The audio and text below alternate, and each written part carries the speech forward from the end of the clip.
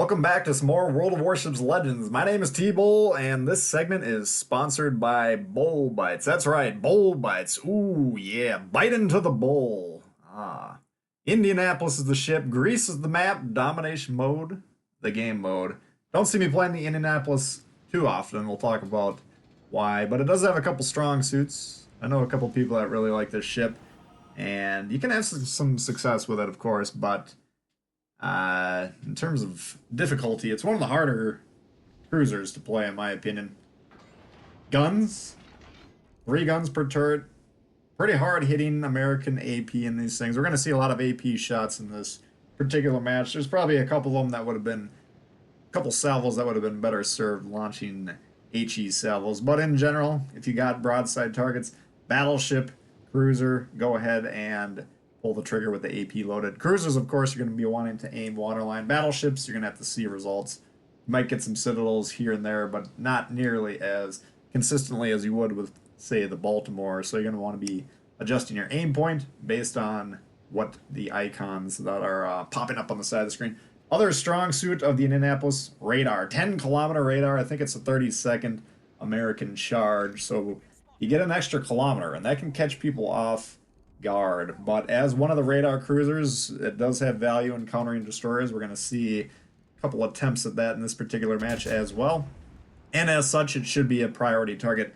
Radar cruisers are arguably more of a high priority target to be killed than even destroyers. And destroyers, of course, are extremely important.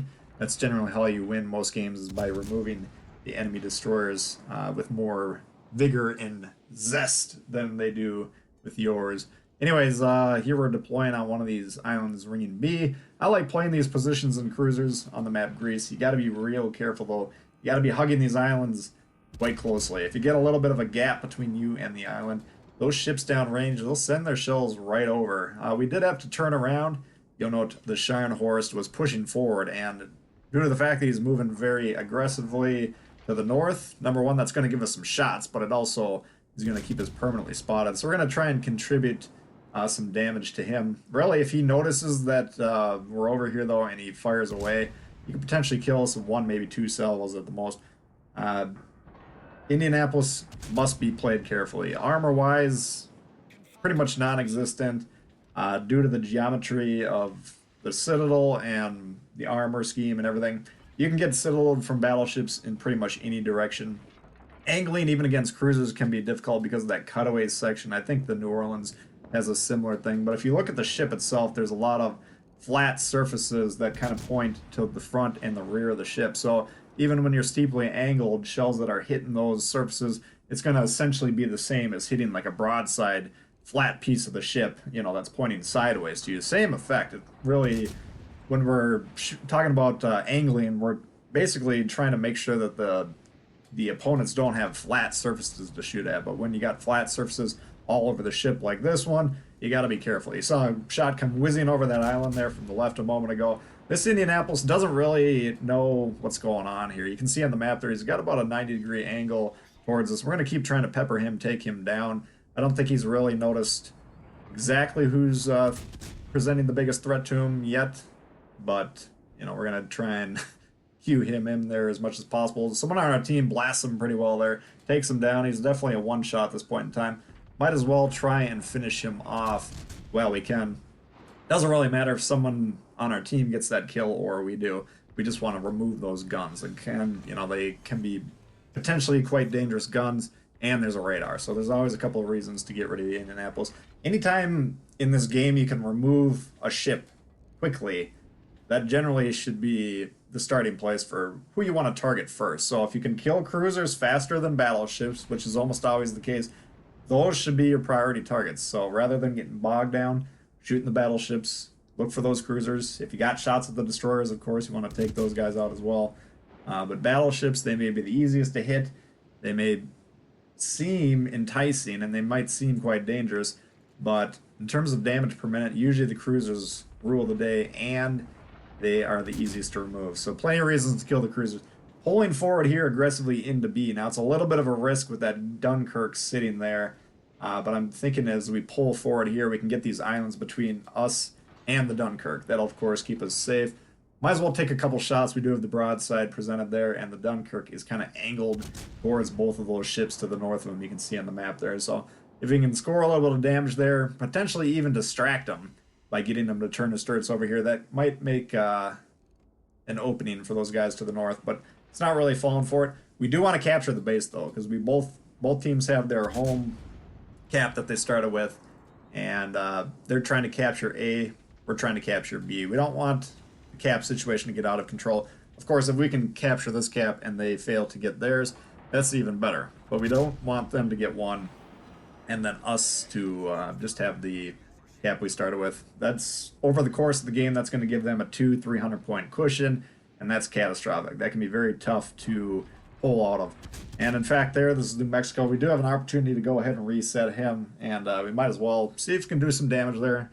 That long range against New Mexico, which generally has pretty good side armor, we're still getting pretty good damage there, about 2,500. Potentially could have fired some HE and might have had a little bit more success there, but in general, you're seeing we're looking for the broadside targets in this match. We're continuing to use the AP. We're not getting like devastating, 8, 10K type salvos very often, but we're getting, nice 2, 3, 4,000 chip damage type of salvos, and over time that kind of adds up. So continuing to look for those shots. Dunkirk going low here, and we do want to see if we can finish him off. You can see we're trying to push aggressively into D, and there's one of the few HE salvos that we do issue fourth this particular match, and you can see there kind of the results. A little bit less than the damage. Would have been nice if we would have gotten the fire. That could have potentially killed him a little bit quicker, but good opportunity to get the HE going in that particular situation.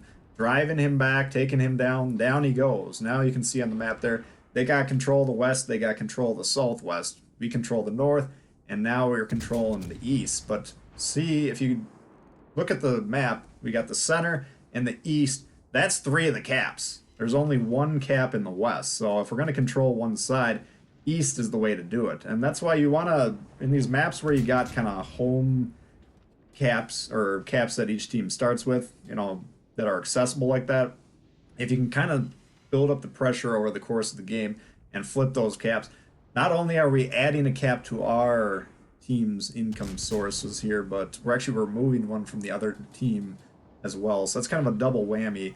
Aoba's on the run there. We go ahead and chime in with the guns, hit him with the shot and take him down. And New Mexico. Now note our health. We got 32.5 and we have not been shot. We haven't been hit yet. I think we took 1 or 2 incoming salvos earlier that missed, but that's kind of the name of the game. You can see we've been staying close to these islands, making sure we're not the most attractive target in a lot of cases. I'm actually not sure who shot that salvo there, because that New Mexico looks like that's a full salvo incoming there on the ship next to us. And there we see a partial salvo from that New Mexico. So I'm guessing he's the one that hit us, but you can see with 2 shots that hit us, that's half our health. And you can blow up the Indianapolis in 1 shot, no problem with battleships. So got a little bit lucky there. And that's kind of the frustrating thing with the Indianapolis, is you can be having a fairly good game. And this is like a pretty good start here. We got a couple kills. We've doubled our ship's HP and damage, so not a bad start. But something like that, where just all of a sudden someone's like, all right, I got to shoot at this guy. Boom, he's gone. Your game can end that quickly, and that can kind of put the kibosh on any success that you've been working towards in the earlier part of the game. So a little bit frustrating at times with the Indianapolis. If you play it very carefully, though, and you keep the guns active, you can have pretty good games overall. We did get the enemy destroyer briefly spotted. We saw where he's going. You can see on the map if you missed it there. He's going from the center to the east, and he's going to try and challenge that battleship who's flipped their home cap. You can see now we got the trifecta of caps there, the center and the 2 eastern caps, and that's going to run up the score quickly. So I think the Shiratsu and their team saw what was happening there, doesn't want it to happen. The Warspite's turned around as well. Go ahead and pop the radar there a little bit early. We weren't quite in position to fire. I thought he'd be a little bit more forward, but it looks like he's slowing down to utilize a smoke. Now, he's should know he's being radared. I think he slammed on the brakes there, dodged the majority of that salvo, but we got him with a couple, and then we got teammates chiming in there. It doesn't look like they quite hit him, but there's a lot of splashes all over, so he's starting to feel the heat. Now the radar drops off, though, and he gets away. We don't know what the incapacitation was there. Did probably about half of his health. So it's not a horrible radar, but it's not great. Usually when you're using those radars, you get two of them in general, unless you got consumable boosting perks involved or something like that. But if you pop a radar and the destroyer doesn't go down, you kind of got to say to yourself, well, it didn't quite work. You know, that's the result you want is you want to trade the radar consumable for the enemy destroyer. Anytime you can do that, that's a great play. And that's the utility and the strength of these radar cruisers. Anyway, they clear off C now. Warspite taking his time going over there, a little curious.